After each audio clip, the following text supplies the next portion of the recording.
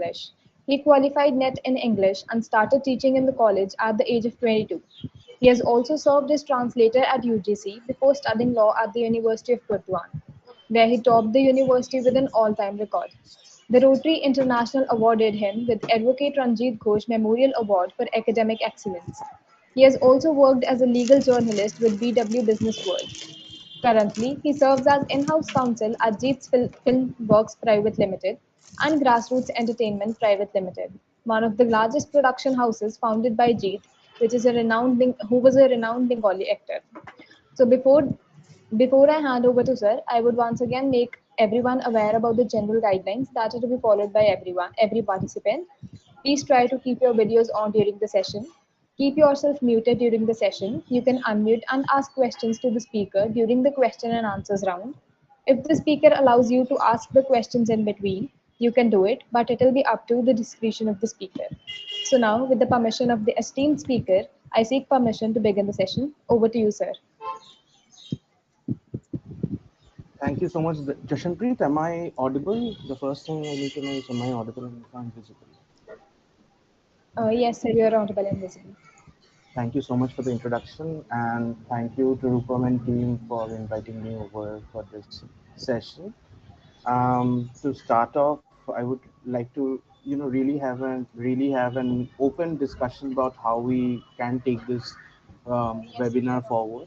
So precisely, I would like you to ask questions if you want in the middle of the conversation that we have. I call it conversation and not precisely lecture series, because that interaction will help us glued, if at all, for the next 1 or 1.5 hours.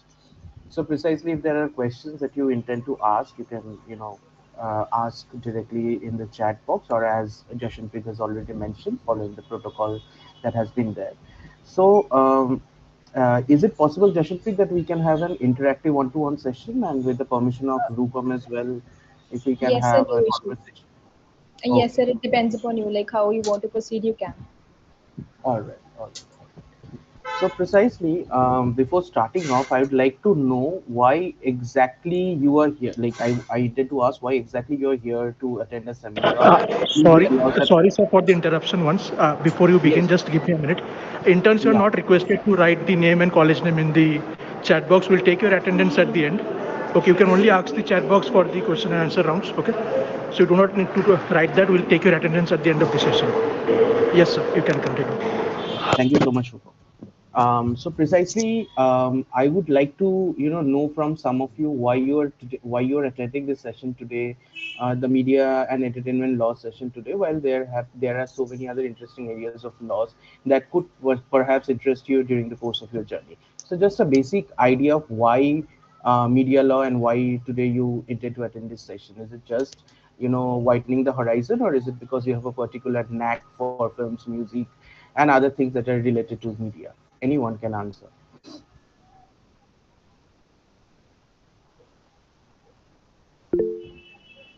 Yeah, yes, please. Ochita can answer. Good evening, sir. Yeah. So my name is Achita. Thank you so much for giving me this opportunity. Definitely, it is about widening the horizons of our legal knowledge, but most importantly, it is that media is the fourth pillar of democracy.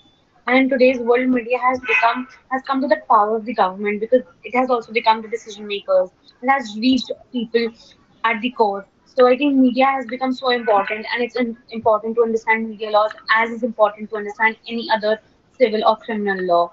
Moreover, I also have a knack for media. Had I not chosen law, I would have definitely chosen journalism as my field. So I think this is the perfect combination of what I wanted. Thank you. Perfect. I'll just take another answer from anyone who is interested in answering. Rushan, you may answer if you wish to. Uh, a very good evening, sir. I'm Rushan. And, sir, the reason why I joined this webinar is because we generally don't talk about these unconventional, a little not talked about branches of law where we can go. As far as I am aware, nobody really talks about how entertainment and media laws and technology laws, all these are intersected and they are helpful in connecting various branches of law. And this is the place where you can go. So I wanted to get some insights exactly what it is and how can you get into this industry. All right. Um, so precisely, I'd like to start off briefly with my journey, as in why I chose media law, so that you can have perspective as to how you at all intend to go forward in this field or not, and or if you want to look forward to other fields of law, because it's law is, as all of you know, it's varied. So when I started off, like many of you who have taken up law as a first preference, when I started off back in 2014, after passing out of my high school, I had the only option in my mind is to do my degree in English. So I precisely completed my bachelor's in English, and I had media science as one of the courses that I would have to take along as an extra departmental subject along with um, film studies. So precisely, my journey in films media, goes back in 2014, and when we had to study a lot of theory about films. So if you wish to understand how someone's interest or knack develops in a particular field, one must know that there are certain intricacies which law, which there is some intricacies which are beyond the legal perspective. So my perspective started off with my classes in film studies and journalism. So we had a very small portion of the laws that pertain to media, and that specifically did not deal with the media laws that is taught in law schools today. It is basically on the Vernacular Press Act, or the general idea of gagging through various laws that exist back in the day, from the time when we were not independent to the time after independence, and there are certain amendments that went in place. So from there it started, and then after that also my interest in law wasn't really there. So I did my masters in English, and I was teaching in a college where again I was introduced to the interface between law and media. So I was teaching students almost of my age, at the age of 22, where I intended to teach them about communication. So there is structuring of communications, there is communications, there's linguistics. So these are all perspectives that you develop in media, that really helps you to understand the perspective of media. And shifted to law. And from the very first day, I knew that I had to do something in law and literature and media. And precisely over the term of, I did my 3 years in literature, and over the term of 3 years,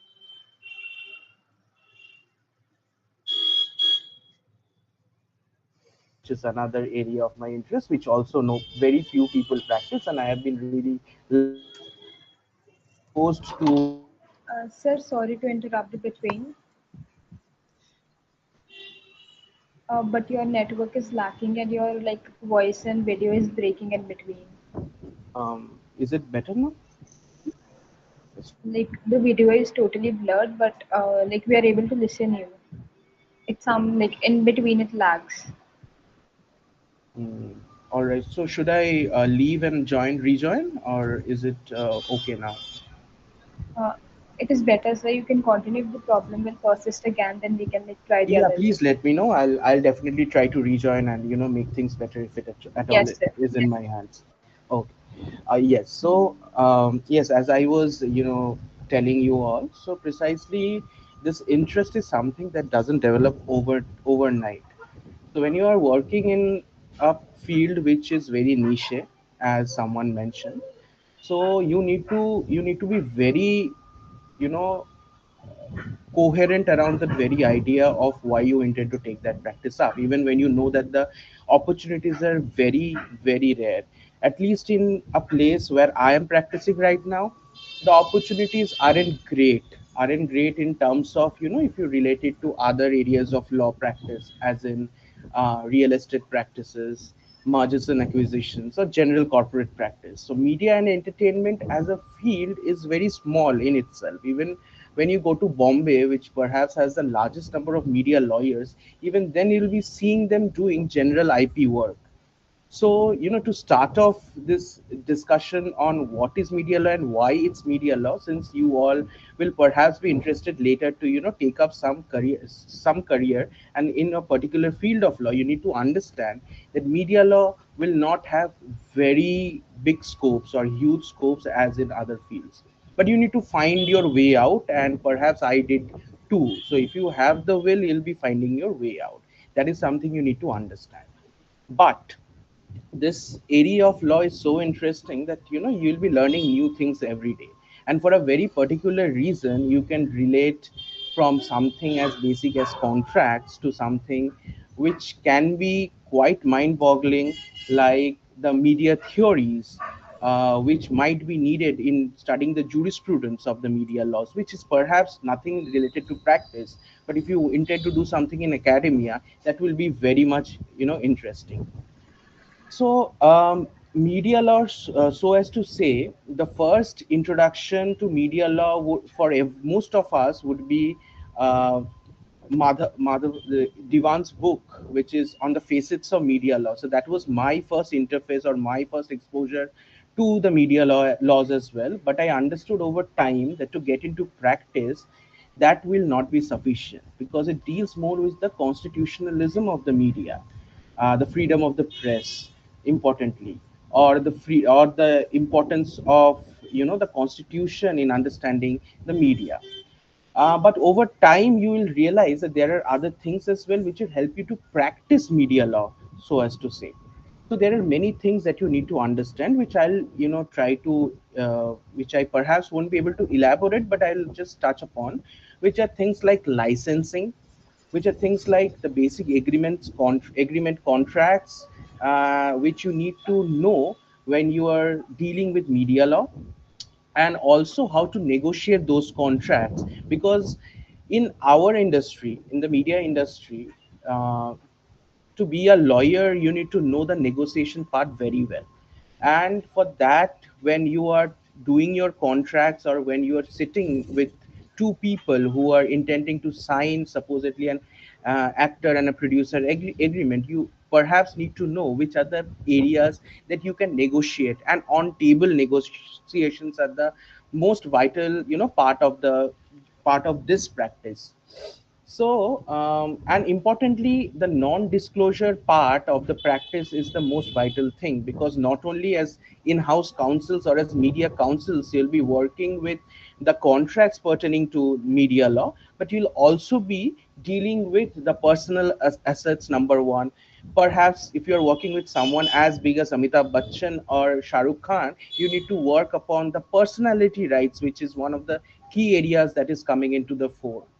And also there are certain assets that the company, perhaps in that company that is owned by a particular artist, you need to understand that as well. So there are various laws that you need to deal in when you are while you are practicing as an in-house counsel for specific, for specific areas of law. For people who are practicing just as say a litigation counsel in the media industry, perhaps the things for them will be, a second.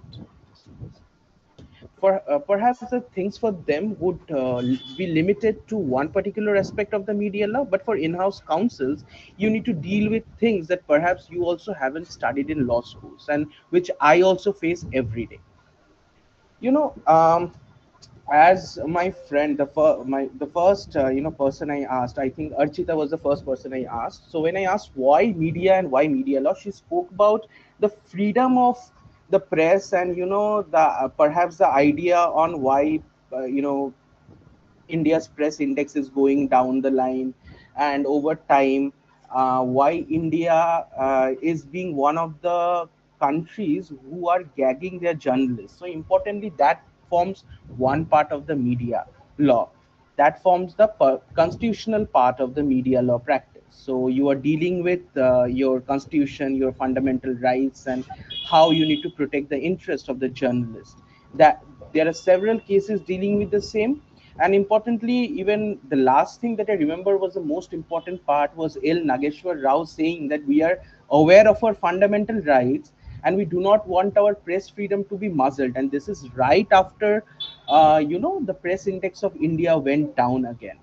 But again, you need to understand from the other side, as media attorneys, that when we are talking about press freedom index, because the freedom day, went few months back. So precisely when you're talking about that, the there are agencies who perhaps hold partition views, And perhaps, dealing with them will give us an idea that perhaps all the indexes that happen in media, they are not real. And also you will understand that many of these awards, many of these PR stunts that we call in the layman language, these are done for their personal leverage. So those, there are also certain interests that the lawyers have, and they need to protect those interests as well. Defamation forms a very huge part of the same. So when you're working for an artist, and if there are defamatory content, you need on, say, social media, or say supposedly on YouTube, perhaps you need to give takedown notices. So that is also another important part you need to understand as lawyers. Also, coming back to why, can anyone give me an idea, like if you have studied media laws in your school, can you give me an idea on why do you think the media laws came into the fore in the first place? Or can you tell me the starting point of why media law at all came in the first place? Any idea? Anyone can answer. You can give a wrong answer as well, there is no problem. Anyone? Yes, Devia, please. Please. Boundaries of the media. Sorry, could you please come again? I couldn't hear you. I think Hello. media laws came into force to limit the boundaries of the media.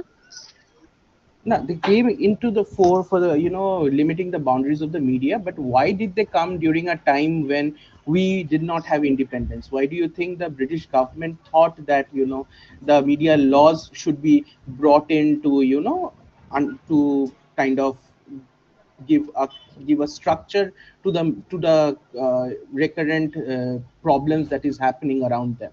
Why do you think? To keep a check on the Sir, I walls have of no things. idea. Okay, no problem, no problem. Anyone else can answer, or Arpita can answer? Hello, Arpita. If you want to answer, you can answer. Yes, sir. So what I think is there is a constitutional validity, Article 19, Right. uh, freedom of speech and expression first, like free to freedom of press, basically.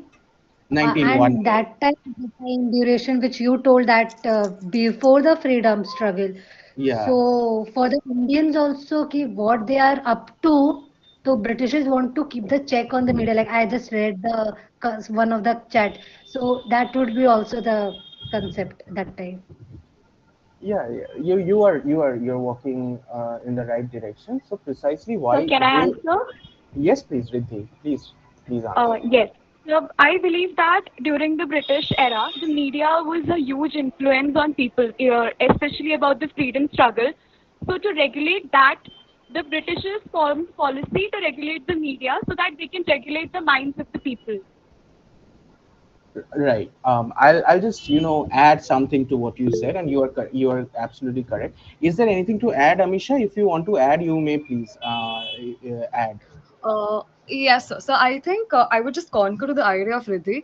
But furthermore, I think even before that tenure, there was this law journal, I don't remember. There was something related to Vernacular Press Act, Vernacular which Press we Act. read, Right. yes, sir, which we actually read in class 11th and 12th in the history books. Right. Right. So over there, they actually imposed the writings of the people. So basically, the restriction of the freedom of speech and expression through the newspapers. So this Perfect. was the idea which Perfect. came to my mind. Perfect. So it is the newspaper, that's because the new media and everything came right after the liberalization happened in the other parts of the world, and then happened in India in 1990s, early 1990s. So before that, the only mode of conveying was perhaps the newspapers. So starting with the older newspapers, the media laws, how they were writing news which were full of patriotic fervor, and as a patriotic fervor you know would mean more on the line of sedition. So what we call about sedition, UAPA, and the laws today, they were all draconian laws that happened back in the time of the Britishers. Yes, Kesari by Bal Gangadhar Tilak is a good example, very good example. So precisely they were writing against the Britishers, and to curb that, the Britishers brought in few laws. They brought about the Gagging Act, and as a result of which, the entire structure of the media and what you could publish would go through a kind of screening process. Without the screening, your news will not come out to the public, and that is one of the most important factors. Now, coming down to the last, say, last 20-30 years, there has been a lot of changes in the media, and media has undergone a lot of new mediums importantly, and the medium of expressions have also changed importantly with more access to the internet, as we call. So with that, we see that the, to bring in more foreign direct investments to every to the other areas that actually deal in our policy restructuring, the media also went about a huge change, and the huge change would be in the form of new medias, as I already mentioned. So before, when the journalists used to go to journalism schools. I went to a journalism school just for a month, by the way. So I dropped out of it.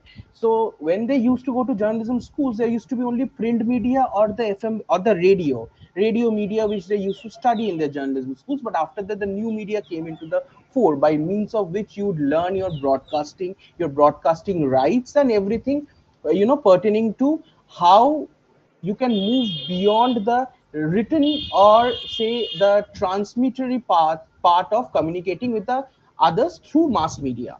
So that came into the idea in the last 20 years only. And again, I perhaps people understand that the importance of print media is somewhere falling down. But however, that is the work of the journalist to, to get that back into track. But however, you need to understand that with time, there came about new legislations that actually deal in the newer media laws as well. But if I talk about acts or laws that govern media laws, there will be so many of them that you will not find any coherence. But there are certain things that we can, discuss for the, crunch of time that we actually have, and make it kind of an explainer piece on those particular things. Like for example, I'm not sure if I can share this, how to share this. Sir, you can present your screen. A second.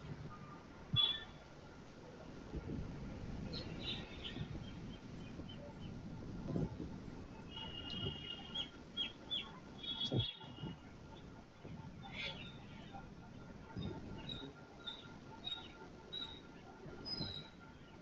just let me know if it's visible or not. I'm not very sure if it's visible. Is it visible? Hello, is it visible? Yes, Sir, sir. yes. All right. Okay, okay, fine.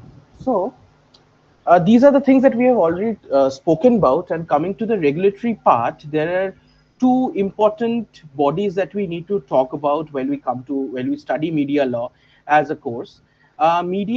Media law would actually, the digital media that I'm talking about is the new media per se, but there are also certain other verticals in new media, but digital media being one of the most important parts. So digital media is regulated by the Ministry of Electronics and Information Technology, which is called MeitY in short. I think the I here that has been should be in small, but however it's given in caps here. That's my mistake.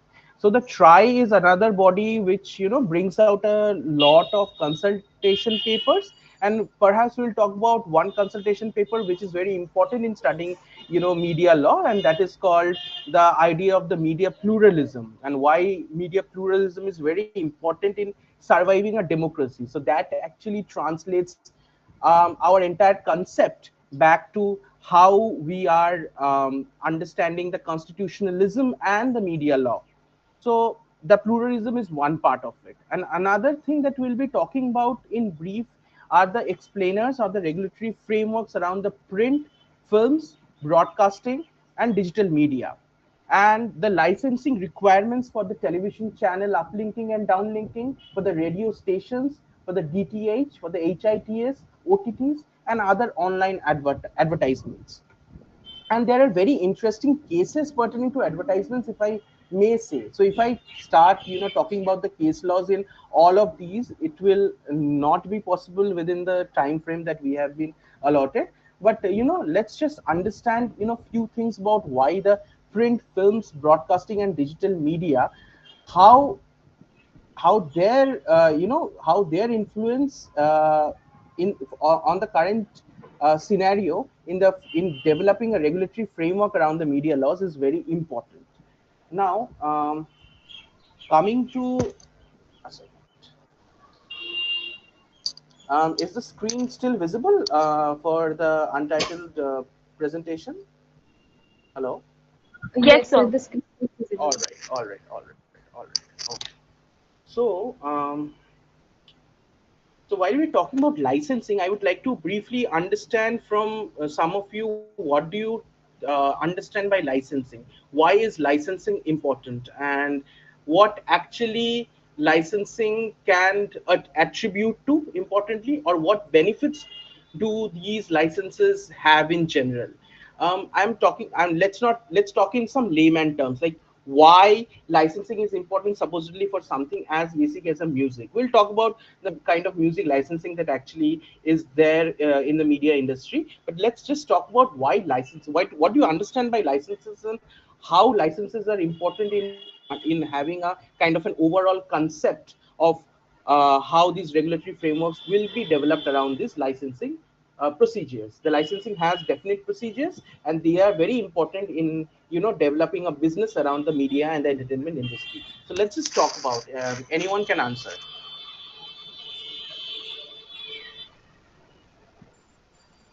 Anyone? So I don't know if I'm wrong, but I think it's because so that the content which is coming through the media, it should be authentic, and it should have a good source, and it's not irrelevant or something which is fake, as it can affect a huge amount of people. Now, I'm asking why licenses. Licenses. What do licenses actually, lead to? Any idea?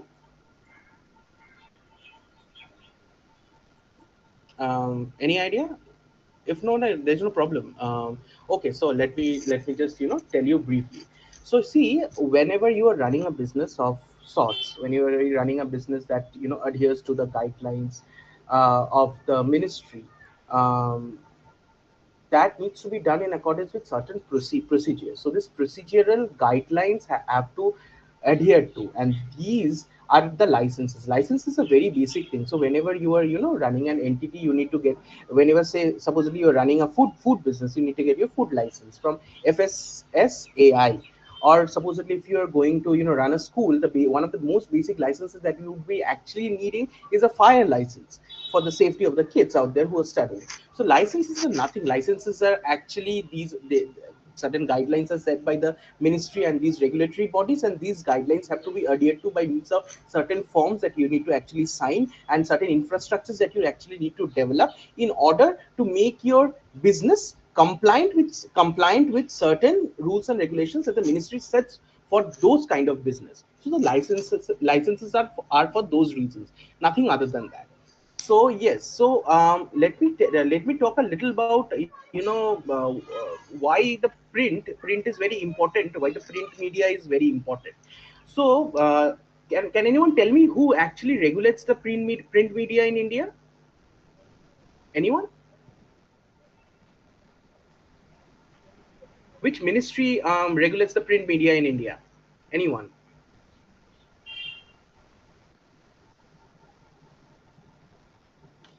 Okay. No, not a problem. So the print media is actually regulated by Ministry of Information and Broadcasting. So it's called MIB in small. And there are certain acts that while talking about the acts that came right after the independence. So these are certain acts that you will be hearing quite often if you're in the media industry: the Press and the Registration Act, the Registration of Newspapers Acts, which also have allied rules along with it. So these actually help contain the rules in the print media industry. The print would generally mean the newspapers, but it would also mean periodicals. They would mean magazines, and they would mean certain and also they will be containing guidelines for the journalists working in the print media. So these are called, I believe, central media accreditation guidelines or rules. So these have come very recently, last year in 2022, and they will actually help you understand that in what working conditions must be set for the journalists working in our industry. So for that, you need to understand or read the Central Media Accreditation Guidelines, and also there are other guidelines that are associated with the print media. But these are the very basic when you are working in the print media. And for the journalists also, if anyone intends to be a journalist later, maybe legal journalist. Many of you can work in the media industry as journalists as well as a legal journalist. For them also, these guidelines are very much important while you are moving out, while you are doing your journalisming, as I call it. And when you are collecting stories, when you are getting the stories on board, when your stories perhaps will might have such certain copyright infringement issues, everything can happen. And for you to understand in what are the best practice conditions, you need to read the Central Media Accreditation Guidelines 2022. Now, coming to the second part, it's films. So the films, that is a very interesting area, and we have a lot to discuss, but perhaps I won't be able to discuss. But let's just talk about, anyone knows about any recent legislations that have come up pertaining to movies, films? Anyone? Any act, any amendments that have come to the fore? Anyone? Or have been accepted by the ministry, and which will actually again go and go for consultations. There will be certain other consultation papers, and it will finally become an act, an amended one. So, anyone have any idea? Okay, not a problem. So there was this amendment, which was like the tribunal which used to check the censorship of the film. It got dissolved by the central government. They dissolved it. It's something called FCRA. I don't remember it. Yeah, you are right.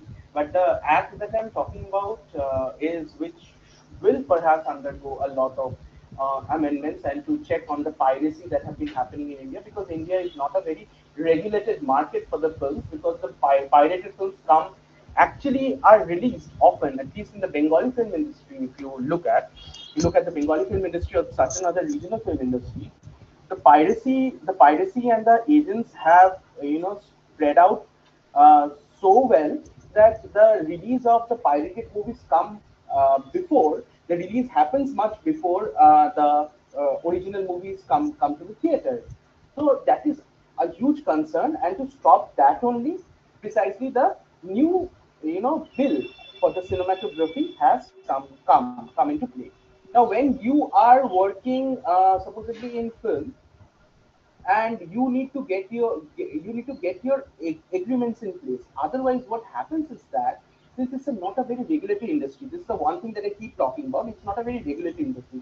The film media production industry is not a very regulated industry, which means that the contracts that you make or the agreements that you do, that needs to be that needs changes often on the table.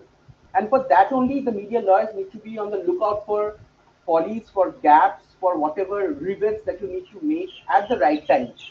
The bill that I'm talking about is the cinematography bill, but the rules came out back in 1983.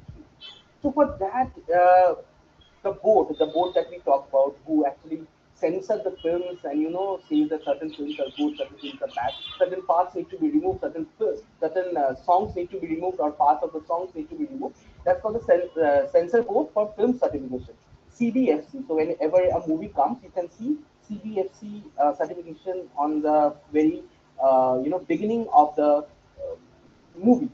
So that is the CBFC certification. So precisely, what I think was saying, Vicky, I think she was talking about I believe the tribunal reforms ordinance. That was what we were talking about. Hello. I think you are talking about the tribunal reforms ordinance.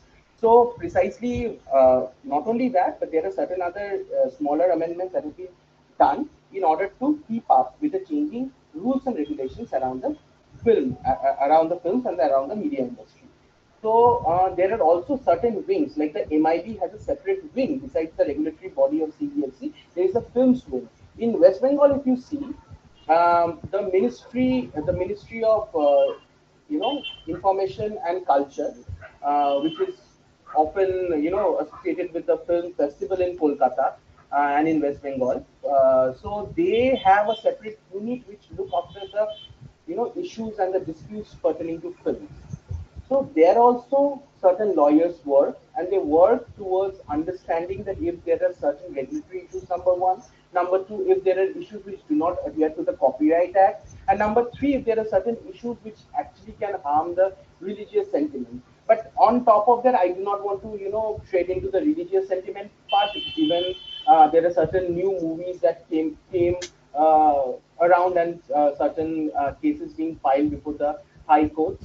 So I do not want to speak about the religious sentiments part, but for a reason, these exist, and to understand the same, you need to understand why a movie was brought in the first place. So the role of a media lawyer is not only pertaining to the contracts that are there when an artist signs the agreement, or when say a music producer signs the agreement, but it also pertains to the fact that when the story is being written, you should be present there, and you need to see that there are certain legal complications that might arise from the story itself. That is one of the very important things. Supposedly, I know this advocate, I know this lawyer who was present during the storytelling section of Tamhane's Court, which is one of the best courtroom dramas. If you have watched it, and you must watch it if you haven't, which shows a real picture of the Indian coast. I think much more than what Jai Bhim or other films can do. So the lawyer was there to understand that if there any legal complications can happen while you are you know kind of narrating the story, and the story will be made into a film. So the lawyer's role in a in-house say production house or a media house doesn't stop or doesn't start only at the contracts, or doesn't stop only at the notices that you need to send, or take down notices, or say supposedly the infringement notices that you need. But it is also pertaining to being from the very initial formulation of the entire movie, which many of us actually do. I do not know how it happens in Bombay, but for our industry, the lawyers work very closely with the actors, and when they're signing an agreement, the entire story is read, is vetted by the artist, sorry, by the advocate, or the counsel, and then it goes for signing by the actor and the company that will actually be producing that film. Yes. So the broadcasting is another important. The broadcasting right is another important. Supposedly a movie is made. Now that needs to be broadcast in major say channels which did not have the rights before. So you give them the broadcasting rights. There is also certain other rights in the media industry which are called satellite rights. Now, the broadcasting rights in India, they are actually regulated by the Cable Television Networks Regulation Act, and also there are associated rules that came about just a year before the act came into place, which are called the CTN rules, or the Cable Television Network rules. I think it's 1994, and just a year before the act came into place.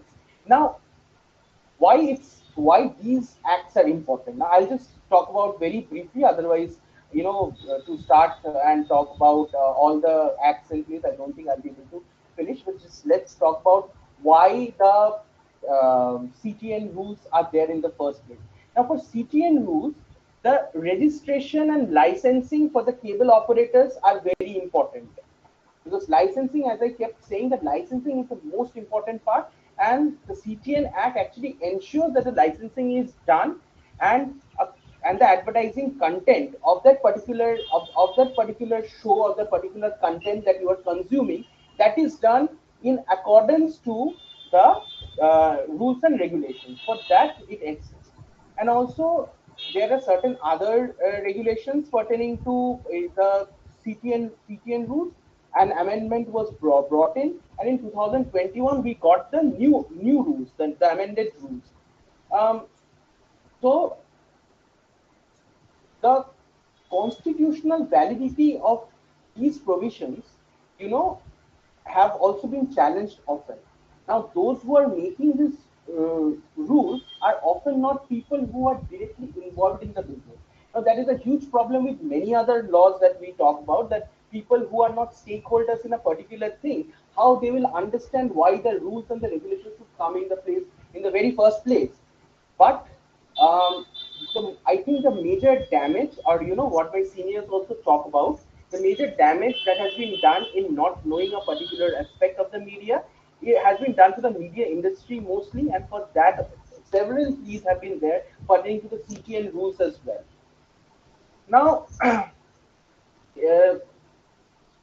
another important thing that often you will not find in any book is this particular. I'm not sure. Yeah. So if you can see, there is something written which is called television channel uplinking and downlinking. Now, does anyone have any idea about what can uplinking mean, or any basic idea on what uplinking actually does? Anyone?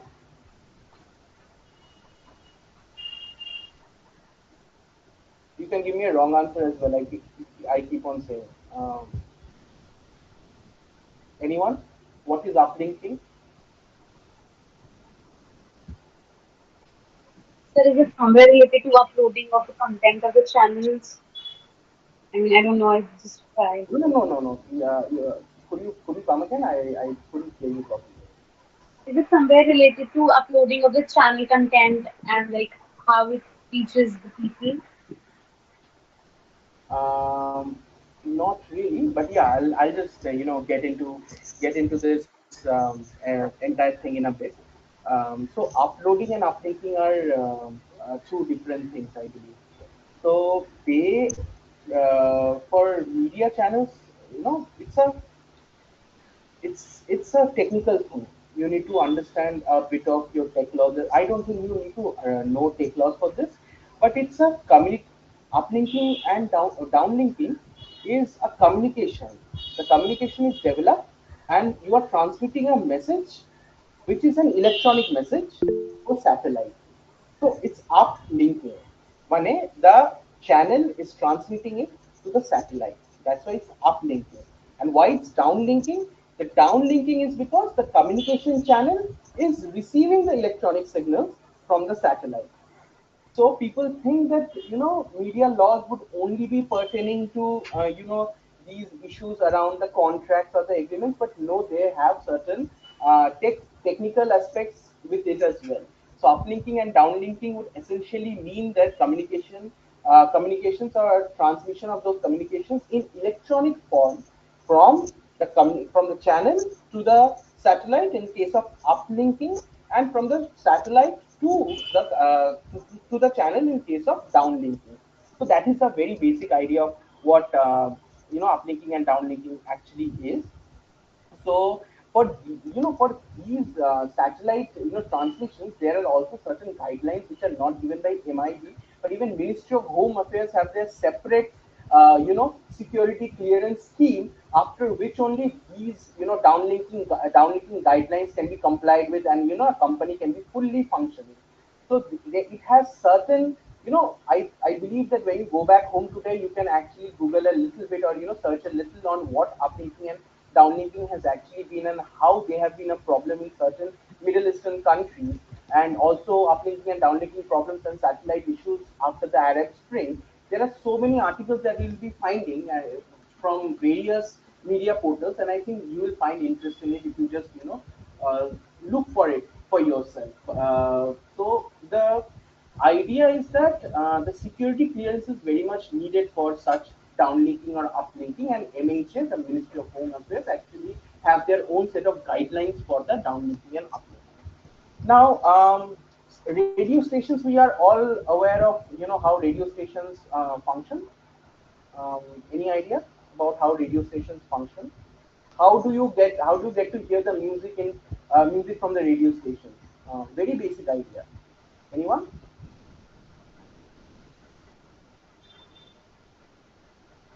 Anyone? You can give wrong answers, please. Please try, interacting. I think it will be much better. There is no problem if you cannot, because I'm also learning along with you. So let's just keep it very open. How do you think that, you're getting to hear the music, getting to hear the radio, say the events that happens on the radio channels? How does it reach to you? Anyone?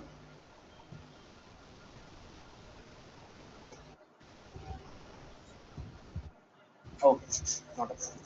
Okay, so radio before, like the FM thing that FM that we all talk about, that did not exist in the first place. There used to be short waves and long waves, and through that only, people you had to buy those channels, for a very basic amount, and through that you could transmit the transmit through those long and short waves. After that, the FM came into place, and now things have now the FM is also falling from its position of popularity. But the radio stations operate in a strange manner, which is much different from how the television channels operate.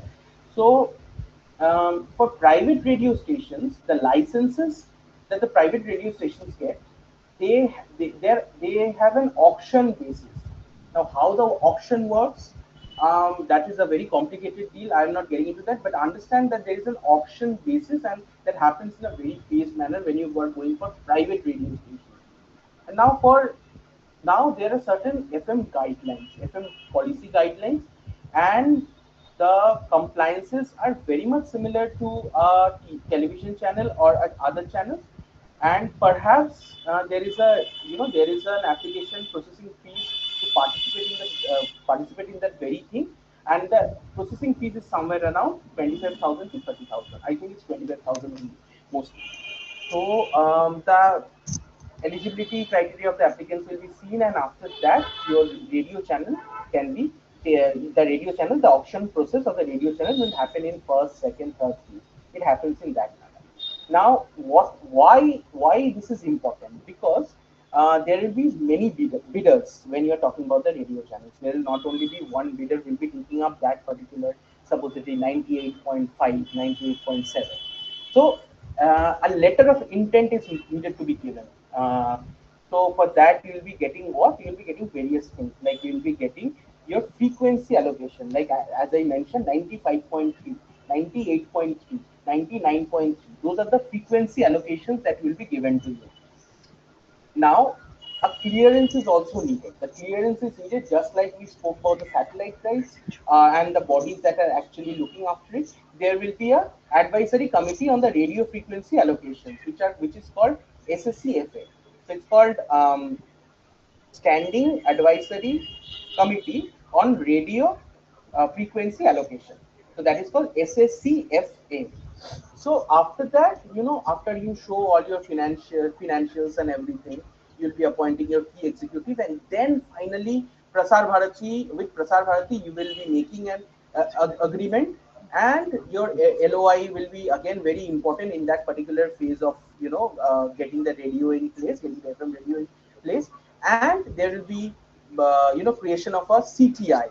CTI is Common Transmission. I think infrastructure, it's an interface. That interface will help you to set up that entire process within a period of say 3 months to 4 months. So after that, you get your permission, and the permission is through an agreement which is called the grant of permission agreement. So this is how the radios come into place.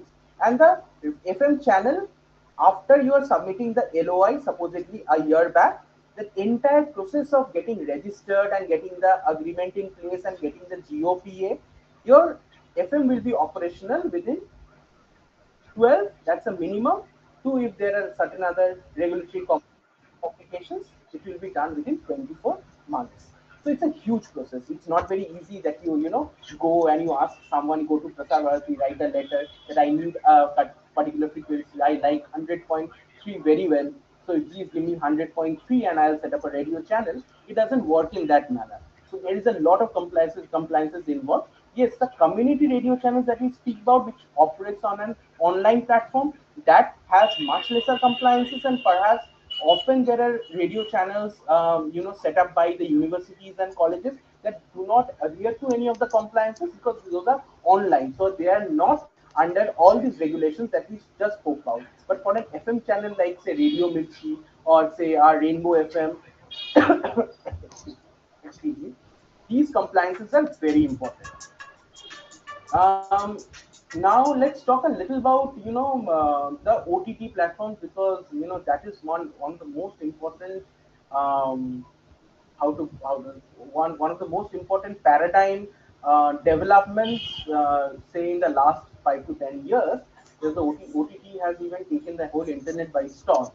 The licenses for OTTs also, for the very purpose that the OTT platform will be showing a particular event, a particular, say, a coverage of a particular event, or say it will be showing some movies, their own movies. So the broadcasting rights have to be also bought when it's an OTT platform. And the OTT platforms, there are so many ruling judgments, pertaining to OTT platforms and the copyright infringement. Supposedly, um, there was this OTT channel. I think it still exists or not, which is called Ullu TV, which had a lot many infringement in infringement cases filed up before the uh, Bombay High Court. So, because someone was stealing their content and they were releasing it, happens every day whenever the OTT platforms come into, come up with their own shows. They are stolen and they are released in Telegram channels, because that's the best part. And Ullu actually has their own original content has been stolen for say over 2 years, and in spite of filing so many infringement notices, sending them notices, sending them takedown notices, nothing happened. So the cases seem very interesting, but how much we'll be able to work on the regulatory part, and how much we'll be able to bring the content under control, so that they are so that the infringement doesn't occur, I'm not very sure, because these cases have been filed, but still the content is widely available on the these kind of Telegram channels, and torrent links are there. So this is a problem with our industry, and nothing has yet been done about it. So, okay. So I think the next is online advertising. Okay.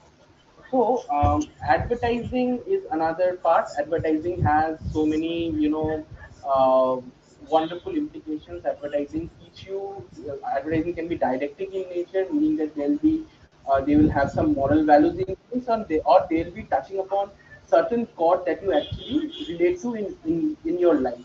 But there is again a problem.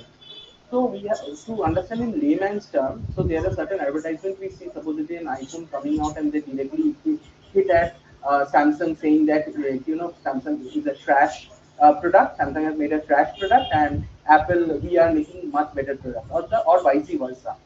So how much of it can we actually do, or how much of the advertisement can actually show? That is another important another important guidelines that needs to be followed. So you cannot directly go and talk to your, because the competing advertisements are very much allowed, but advertisements where you're directly attacking your competitors by mentioning them perhaps, or by passing sly comments, I think many of such cases are still running and still pending the uh, before the benches.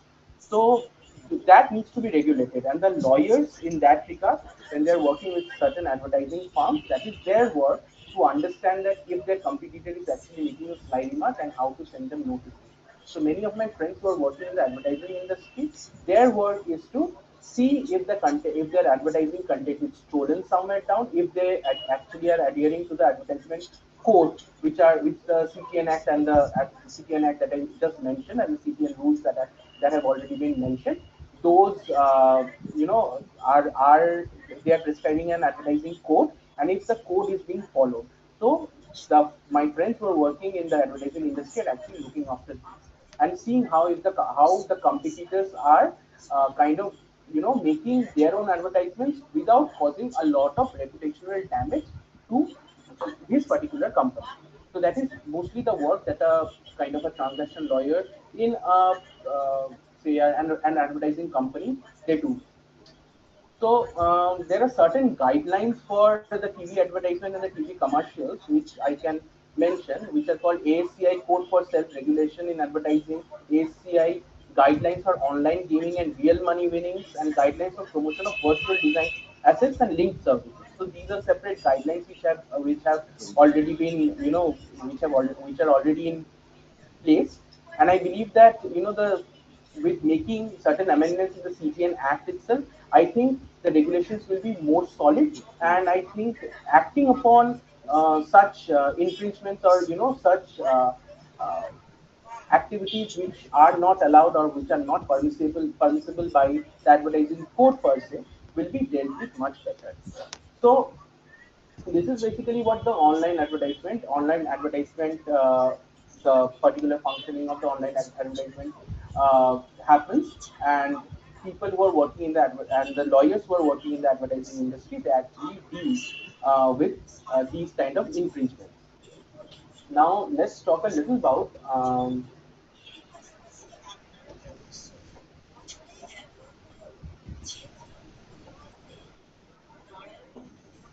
okay, this is a very, I believe that most of you have read CTC. So anyone can tell me a little about John Doe order?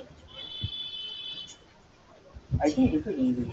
This is nothing to do with IP per se. I mean, strictly IP or media law per se. This is a part of CTC. Anyone? John Doe, it's there on your screen. If you can explain it to me.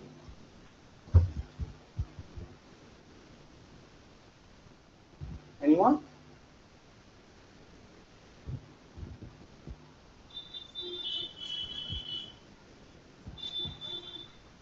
Okay. Okay. So this, as you can already read the order and the rule, it is mentioned. So why is it important in, in relation to media and the entertainment industry? Because it helps you, to safeguard the intellectual property of the artistic works, such as in movies and in songs. And it's a kind of a pre-infringement injunction. Can you tell me what is a pre-infringement injunction? Anyone?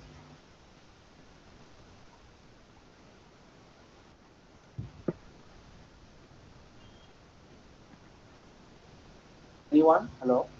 Am I audible? Hello? Yes, sir, you're audible. We have one answer in the chat box by Riddhi. No idea. Oh, oh. So,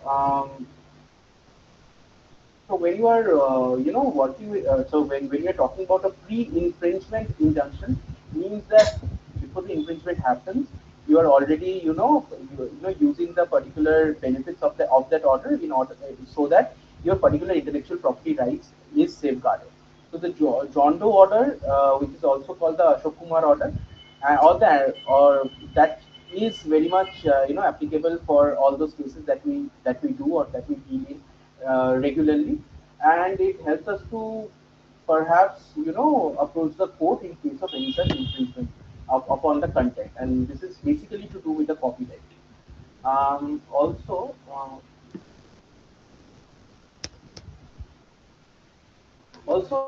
this is the most important and the vital part of, practicing in the media and entertainment industry, is to understand the types of agreements. So there are co-production agreements, broadcasting agreements, film rights agreement, songwriter agreement, artist agreement, digital marketing agreement, distribution agreement, synchronization agreement, talent release agreement, vendor agreements, recording agreements, and trademark and copyright license agreements, amongst others. So I'll just talk about, a little about on the practical side of how it actually works and how you need to do the negotiations on the table. So supposedly, recently we had been, I'll not delve much into the details of the film. So we have been working on a film for on a pan India release, since we are regional. We make regional films. So for the very first time, we went for a pan India release, and we wanted some songwriters and songwriters and singers from Bangladesh.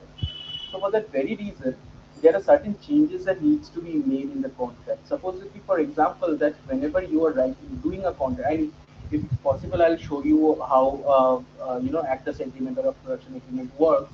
And if I have one or two examples, I'll just look at it if I have it in my drive. So what you need to do is that there are certain problems when you are transferring a money to say a composer who's sitting in Bangladesh. For the very reason that your company, supposedly XYZ Company Private Limited, is a company with a particular PAN number or a CIN number. Now, when you are transferring the money to a person, a individual person who's the supposedly the composer sitting in Bangladesh, they will not have a PAN number. For that, you need to find out, because they will not help you always. You need to find out the NID details, and then there is Bangladesh BRSE Bank, which I finally found out from its NID number, which is their national identification number. From there, you'll get the details. Like, we have the Aadhaar and everything linked. So we kind of tried to find out the details from his NID number, and then finally we got the BRDC account number, and we could do a transfer of the money, because that was not happening initially, and we could not understand why the problem was actually occurring when we were transferring the money to someone sitting in Bangladesh. For that very reason, because the person would also not be able to come to India when the particular agreement is being signed. Also, another important thing is that you need to know your tech laws also very well, because um, for the very reason, you cannot just when you are doing the contract, you cannot just do a signature and do a scan and send it to that person in Bangladesh. You need to get a digital signature done, and it must be digitally signed as well. So the other person, if that other person doesn't know how to do a digital signature, that will also be a problem. So the lawyers will also come into the play when you are negotiating such contracts. Also, for the very reason is that there are often issues in the media industry, which are pertaining to financing. So there is one very important clause which many lawyers now add, is that you need to be very open about where your financing is coming from for the production of the movie. In Bengal, there has actually been instances where cheat funds, the big cheat funds, the cheat fund scams, they have actually provided huge financing to the media industry, and as a result of that, they were also under the scanner of the investigation agencies. For that very reason, the lawyers who are doing their contracts, they need to very well understand that one of the key clauses while you are making the contract is to mention a clause that you need to be very open about the source of your funding, and the source of the funding should also mention the bank details, and the IT returns and everything should be very much proper, because nowadays the artists as well as their personal lawyers, they are doing the due diligence while you're working with the artist. So it's not precisely something that you download from the internet, a draft. You need to do the draft completely on your own in accordance to the situation. For what we have noticed in the industry is that, at least in the Bengali film industry where I work as a lawyer, is that we do two separate types of agreements. One is for the daily artist or the daily professionals who come, and another for those leading actors or actresses who will be there working every day in the particular film. So for them, we do a larger contract, and for the other people, like for the professionals who will be needed on particular days, we do a smaller contract for them, which will not have a lot of technical details, because often we see that the contract that we make, they become so difficult that the person who's signing the contract often doesn't understand what is being written there, and in case of a dispute, you have to run to the courts again, and that's a problem. So another important thing what we have seen in the contracts is we are keeping a scope for an arbitration. So a sole arbitrator is generally appointed nowadays in case of any disputes. Though the disputes are very rare, but in case of any disputes, a sole arbitrator would actually serve the purpose rather than going to the courts within the jurisdiction of that particular, say, industry. Supposedly, if it's a film industry in Kolkata, supposedly if it's a film industry in Kolkata, the jurisdiction would be West Bengal. However, there are also other negotiations that you need to understand. Like, for example, um, say an ex-actor needs to do his promotion. For that very promotion, he will be appointing an agency. That agency is called Talent Management Agency. The contract with the talent management agency would also be much different than his personal PR. He has a personal PR team. Every actor, every company, they will have their personal PR team who are working in the media industry. But along with that, they will be also keeping they will be involving certain other agencies who actually deal in these kind of work. So what the contracts would actually contain? These contracts would contain that for XYZ tenure, say for 1 year, we will be doing all the promotions, we will be getting you all the vendors for whom you can do the advertisements, for whom you can do the commercials, and we will take X percentage. The X percentage is generally 10% to 15% according to however suits the company and the particular talent, find talent in quote. So whenever you're doing an actors agreement, the particular actor is the actor. But when you're doing a talent management agreement, the actor becomes a talent. These are the smaller nuances that you need to understand while you are drafting your contracts. So the talent management contract would actually contain, maybe you overlook a clause which mentions that in case of any disputes, you have to go to suppose it is something that we have signed just a few days back. We had to go to a court in Bangalore which will have the jurisdiction. But then we strictly negotiated with them that this cannot happen. The talent cannot go to Bangalore, and this entire thing needs to be done in Kolkata. And along with that, if that cannot be done, in case of dispute, we'll be appointing a sole arbitrator in that regard, as I already mentioned. So these are the smaller nuances that you need to keep in mind. Also about the payment of the money, why I am talking about instant response and the prompt response of the lawyers is because there are contracts that the actors, there are contracts where certain clauses will be there. The X percentage of the money needs to be done before dubbing, after dubbing. There will be clauses pertaining to the fact that the dubbing will be done only by X person. So these are the places that need to be looked at very carefully.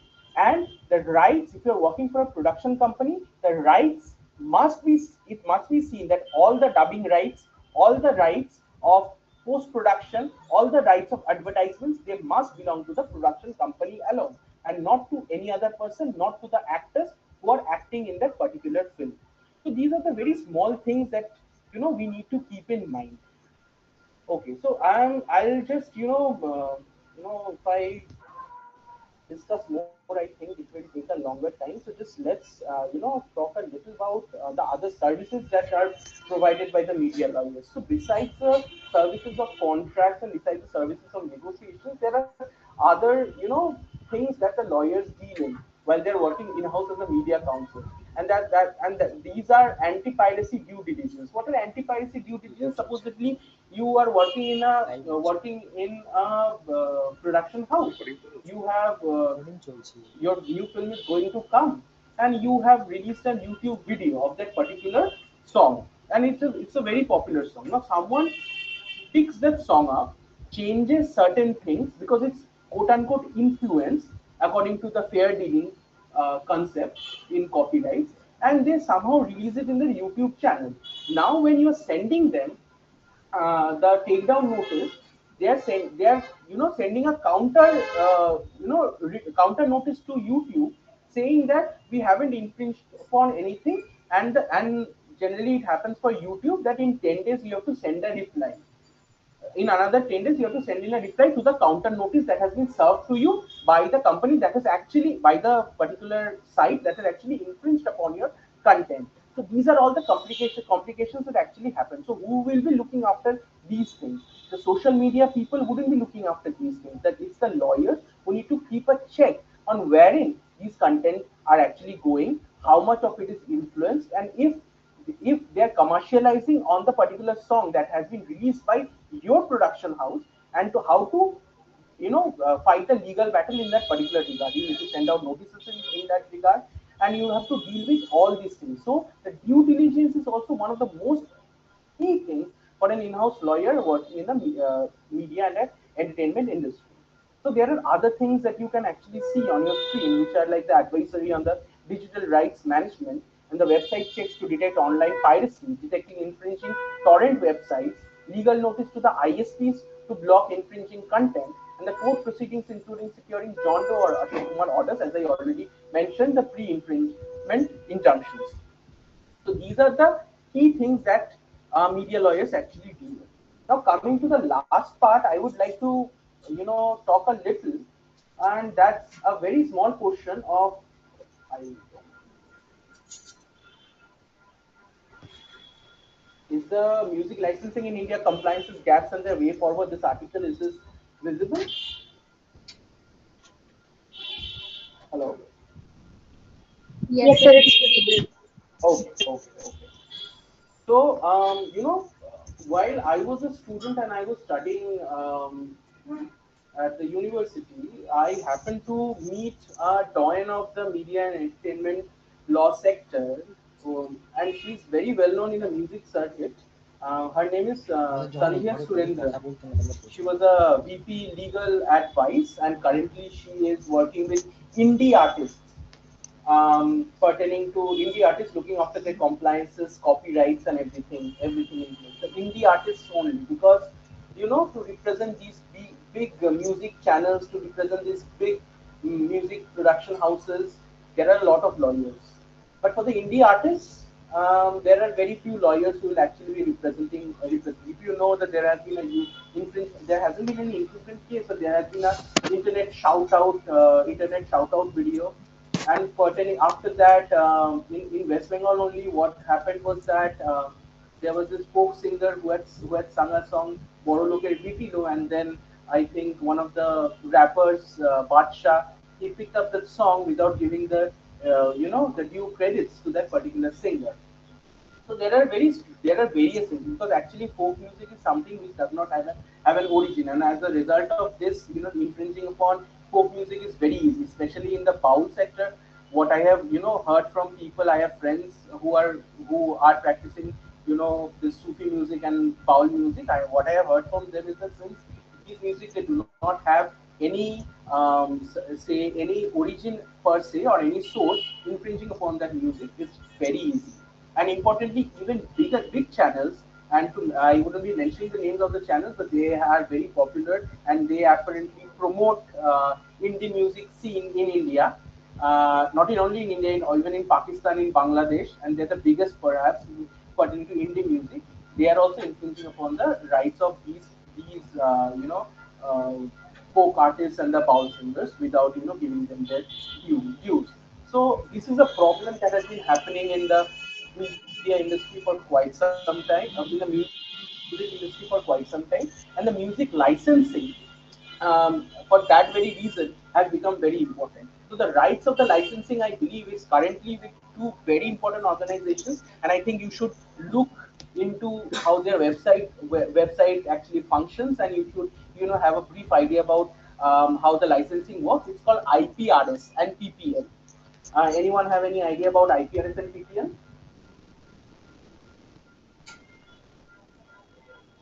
IPRS, anyone?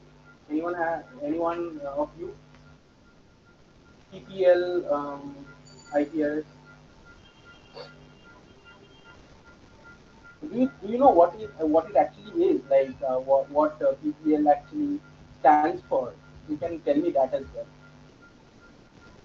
Or IPRS for that reason. IPRS being more important than PPL. Yes, Mochita, you can answer. Yes, Sir, it is intellectual property rights. no, no, no. It's not intellectual property rights. It's a body, right? It's a body which looks after the licensing of your music, and it's the only recognized body by the government who can license your music. So currently, the IPRS is one of the organizations, and IPRS actually the chairman or the person who's heading IPRS is a very well-known writer composer. It's Javed Akhtar. So I'll just do a brief walkthrough, because you guys also need to understand that beyond books there are certain other things which you need to read. I'll just show a little bit about IPRS and how you can do the licensing. Before that, I'll just tell a little about what are the things, what are the types of licensing that IPRS they actually do. Let me walk. Okay. So if this is visible, the category is defined under IPRS. So for music licensing, there can be 5 categories. Like even if you want to play music, even if a pub, if you're running a pub business, if you're running a restaurant, if you're running a multiplex or a shopping center, that means you're a place of Commercialization, a place where you're drawing in the customer by using the music, even if it's kind of a soothing environment that you're creating by playing that particular music. They have to buy the music license for that very reason. So that's the first category of the music license that IPRS actually gave. So what are the things that we can see? If you can see, they can be used.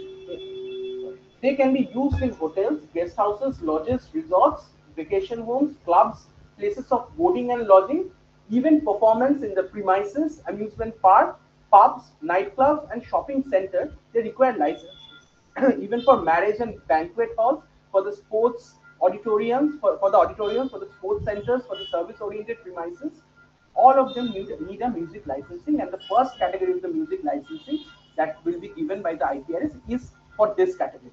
Now, what is the second type of music licensing? So, if there is a music and some OTT or a physical medium, they want to use it. For that, you need to go with the second type of licensing, which you can see. So, the services of broadcasting of non-interactive music, internet interactive music, broadcasting services, karaoke services on the internet, and use of motion pictures on electronic digital media, downloading, rental, distribution, and sale of physical media, along with utilization of sound recording on electronic digital media through download and physical medium require music licenses. So these are precisely for those that those music you are using for commercial purposes, and you need the license for the same when you are downloading them from the internet or from the digital platform. So that is the second type of licensing. The third type of music licensing, I believe nowadays the Gen Zs will actually not know, but back in our day when we were growing up and we had our first phone, we used to have this, we used to have this. How to put it, we used to call our service operators and pay a small amount and get our favorite ringtone. Like when the other person will call you, you'll get to hear that. So for that also, the particular company needs to buy the licenses, and that is the third category that we are talking of here. Okay. So the next one is the fourth category of the music licenses in India for commercial purposes. This is the sound that will be used for the advertising, videos.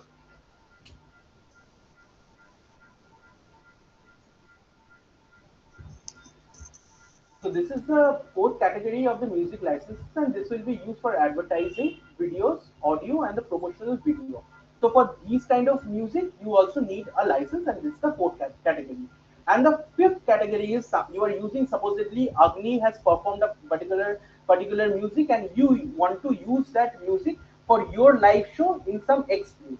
For that, the music license is there, and you need to purchase the music license from IPRS for doing live performance of someone else's music. So these are the five types.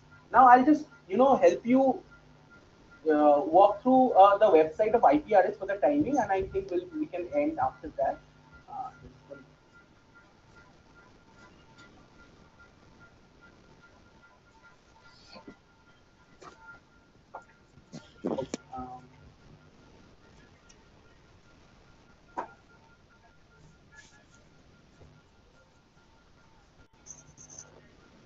um, is it visible? IPRS website.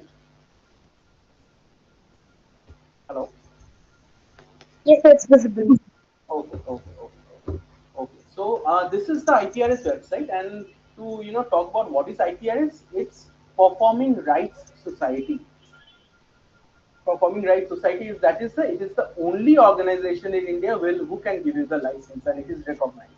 IPRS is currently headed by Javed Akhtar, as I already mentioned. So let us just talk about the chairman's message. The chairman is Javed Akhtar, if I'm not wrong. It's Javed Akhtar right now. So what do they actually do? So see, these are the licenses. Need for licenses. If we go to need for licenses, okay. So why do you need a license? So it's for public performance, television, ringtone or CRBT, OTT streaming, music in commercials, licensing forms. All of them which I have already mentioned. So if you click on them, let me just show you. I just click one of them. Okay. So see, this will tell you which are the verticals that will be covered under this public performance. See, those that I have already mentioned, they are covered here. Okay. And for the general schemes and for conditions like how much money you need to pay for whichever licensing and for how many songs that you intend to play, etc., etc., you need to click on this thing. So I'm not going there. You can, navigate through the website on your own. Okay. So, okay. And another important thing, if you intend to, know about media entertainment laws, if you intend to do a research on media entertainment laws, write on media entertainment laws, to download this one particular book, it is not a replacement of the the Bear app, but this is a handbook of copyright law and actually explains most of the things in very easy language. So if you want an alternative to your Bear app, I think this handbook of copyright law is very important if you intend to look. And this only doesn't contain things about media entertainment. Media entertainment is a very small part of it, but this is for copyright per se. If you want to study more on copyright or to have a simplified understanding, I think other than the Bear app of the Copyright Act, just read this. I think this will be very important. So can you This please is one spell of the, the name of the book? sorry, sorry. So can you please repeat the name of the book? Oh, it's a handbook of copyright law. It's by the government itself. It's a handbook of copyright. Can you see this? Yeah, so it's a handbook of the copyright law, Government of India, DPIIT, CI. So this is the entire handbook, and I think that you too, if you read this, I think you'll have a very fair understanding of this. Okay. Also, before ending, as I promised, I'll try showing if I have any cleaned up agreements. Just a second, I'll share. I'll try share.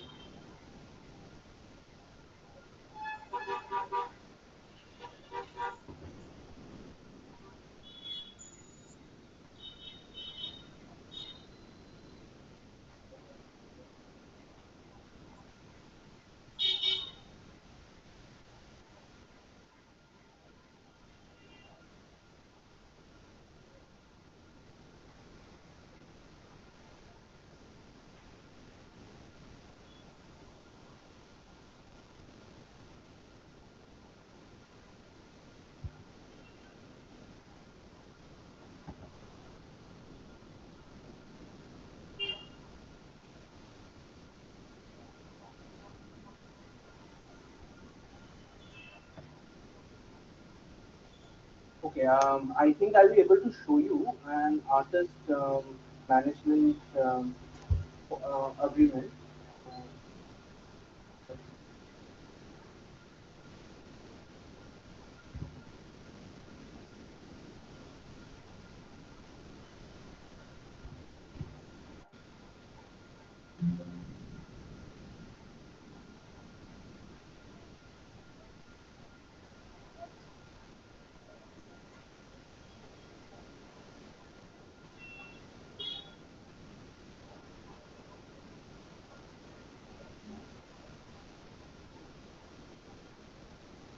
Uh, is it visible? I have shared it already, but is it visible? Not yet, sir.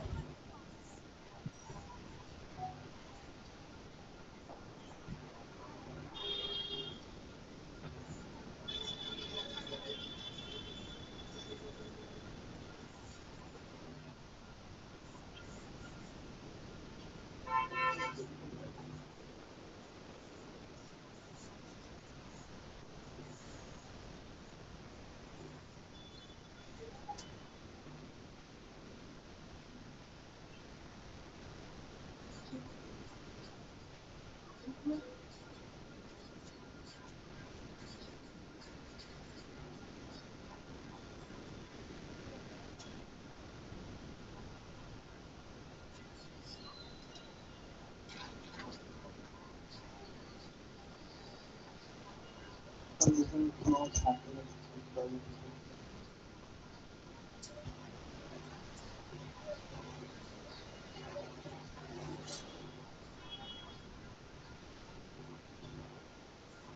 Can you see it now?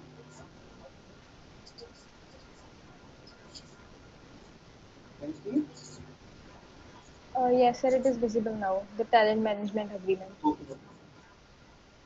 Yeah. Um,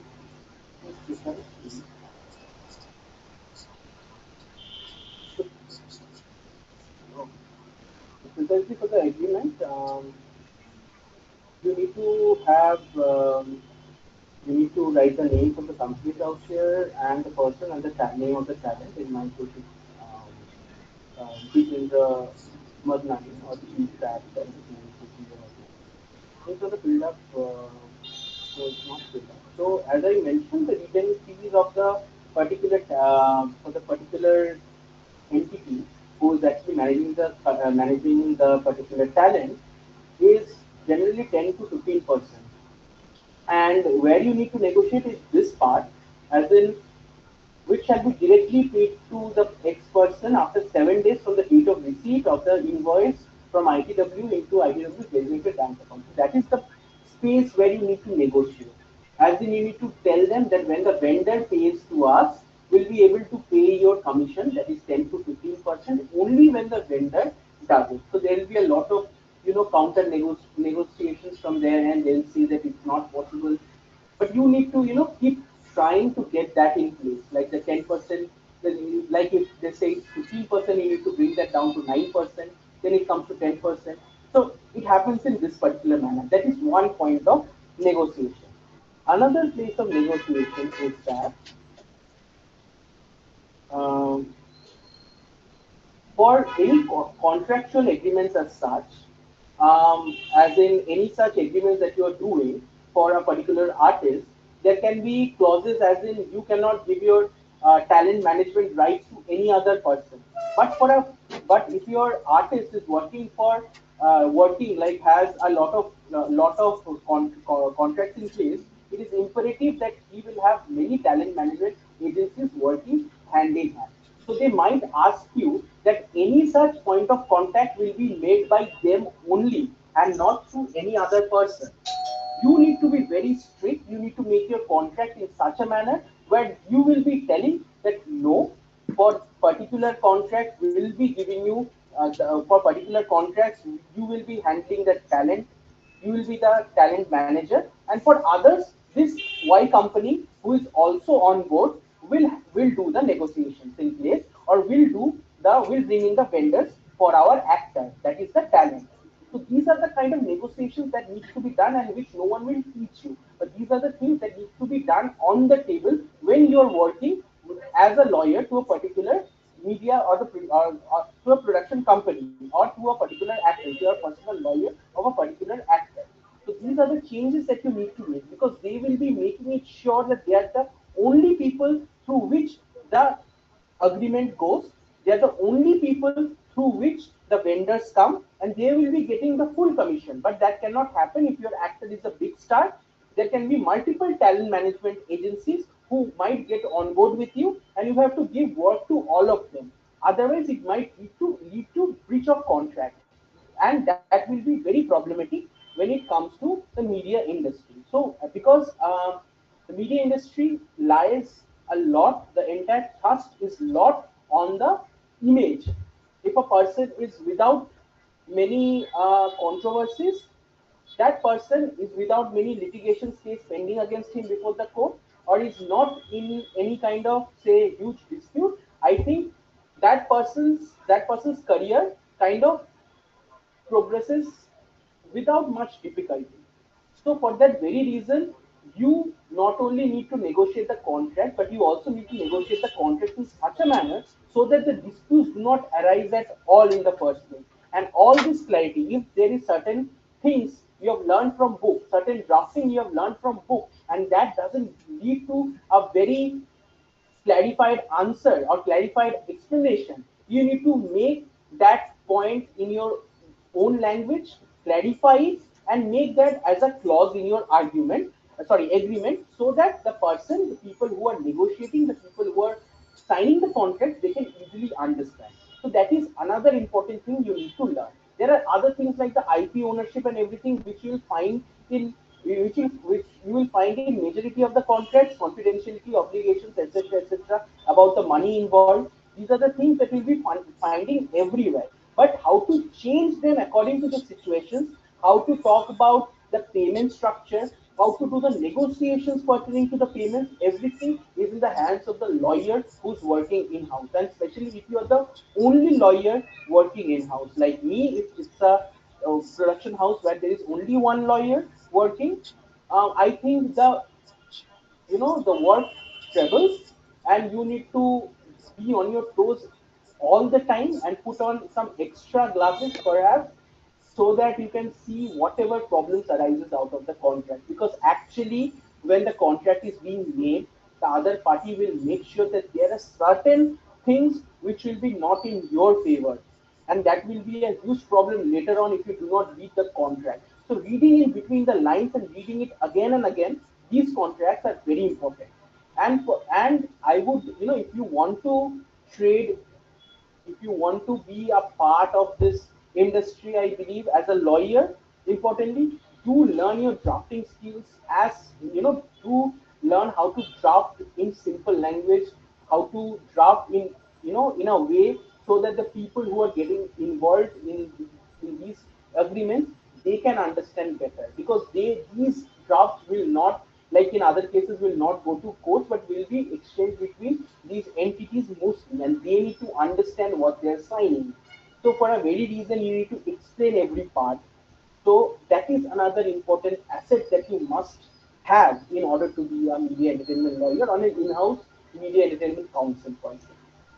I do not think there are many other things. These are very standard drafts which you need to kind of, which you need to say, yeah, which you need to kind of learn how to draft. And this is very basic. These contracts are very basic, but how to modify them and change them, they are very much in your hands. And with this, I would like to, end today's discussion. I know it went a little, out of place somewhere, because there was a lot of, there were a lot of things to cover, and perhaps I try to touch upon those things that are not actually said in seminars, the technical things of how licensing works, and things which, media lawyers would actually not talk about beyond the book. I tried doing that. I know, as a I could not do complete justice to the same, but I tried my level best. I hope with time I'll be able to make my presentations a little more concise, so that you guys can benefit. And thank you so much, Rupam and team and Jashanpreet, for having me here. If there are any questions, I'm open to the same. If you want to talk about how to get into this journey, if you want to talk about legal journalism, because that's a huge part of the media industry as well, as very it's something that's picking up very quick as well. I'm open to conversations. So yeah, let's uh, keep the floor open for questions, if you may. So we have two questions in the chat box, which you asked while you were discussing. Yeah. So the first one is from Amisha Sharma. Okay. Said those suggested amendments which you have underlined on, have they been approved at present? Okay, no, they haven't been completely approved at present. They haven't been, but as I already mentioned, there will be more consultation papers on the same, and try. I believe that to understand the same, if you're talking about the guidelines from TRAI, try, you must read the consultation papers that have been released just 2 to 3 months back as well. You will understand that the consultation paper comes out. There will be a counter consultation papers from other entities, and after that the negotiation will be done, and those acts will finally come into place, if it has to come, if it is finally approved. So there are a lot of negotiations that happen when you are bringing such new amendments in place. So I believe that read the consultation papers. I think you'll get a much better insight into the amendments that will perhaps be there, if at all. So yes. So the next question is from Archita Garg. Could you please repeat the name? She asked the name of the courtroom drama which you mentioned during your Acha, discussion. acha, acha, acha. It's Kamhane's code. It's wait, I'll it's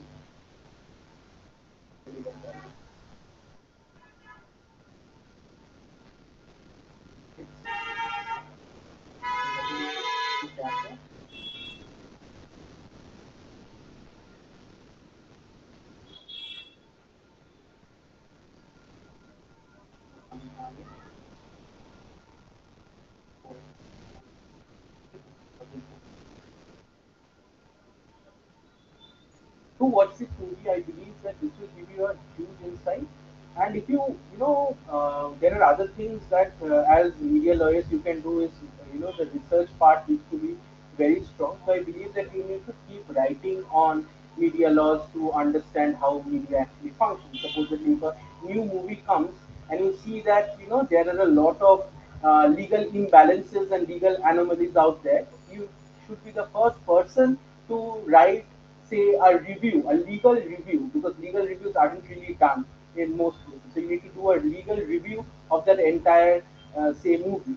Supposedly, for example, a few months back, I wrote a review of this is Strategy versus Norway for the business world, and that was perhaps the only review out there available which talks upon, which touches upon the legal imbalances that the entire movie showed. These are the things that you must do. I think you can do. Also, look out for say the industries, not only Bollywood but also the regional industries. I think a huge copyright infringement case in recent times, I think, which every one of you must have read or should read once you go back from the seminar, from the webinar, is Kantara's the Thaikudam Bridge song, which has been reimagined by the Kantara director and the entire for I think what's the name of the song? I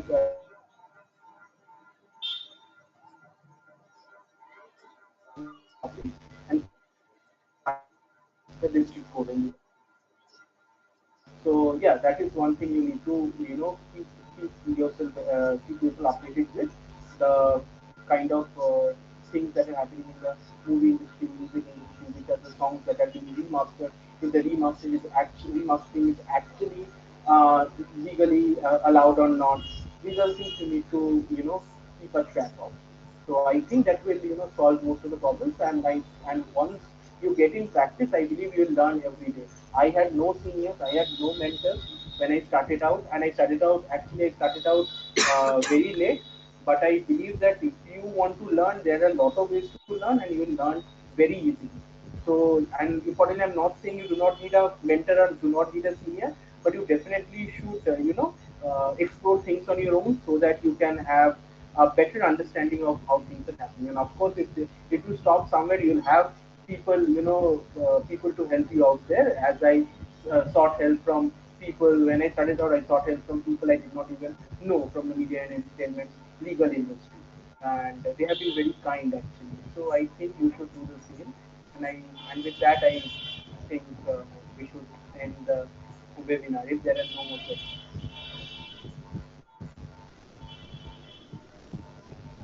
If anyone has any questions, you can unmute or type in the chat box as you prefer.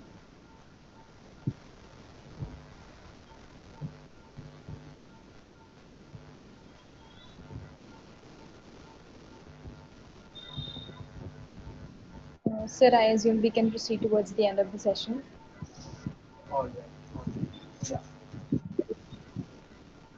So, on behalf of the amicus curiae, I would like to express my sincerest thanks for your presence in the session. Your insights and expertise was invaluable, and it's greatly appreciated. Like, your presentation was very engaging, informative, and moreover, your expertise on the topic was evident in the way you engaged the audience with a compelling analysis of like how the system of licenses work and everything else. And we feel fortunate to have this opportunity to hear from you on this. Once again, like, I thank you for your time, insights, and the passion for the session. We are grateful for this opportunity to have you as our guest speaker, and we hope to have a chance to work with you again. Thank you, sir. Thank you to Jeetz, and I think Rizikam is here. Hello. Sir, I guess he is not present in the meeting. Okay, fine. No problem. I would like to thank Amicus team for having me over. And as a to be very honest, these are very words which do not resonate with the topic for today. But as a first generation counsel and someone who started off very late, to all my dear junior friends, learned junior friends, I would like to just tell you something that you can definitely learn on your own and you do not need someone. That is something that I keep telling my seniors as well.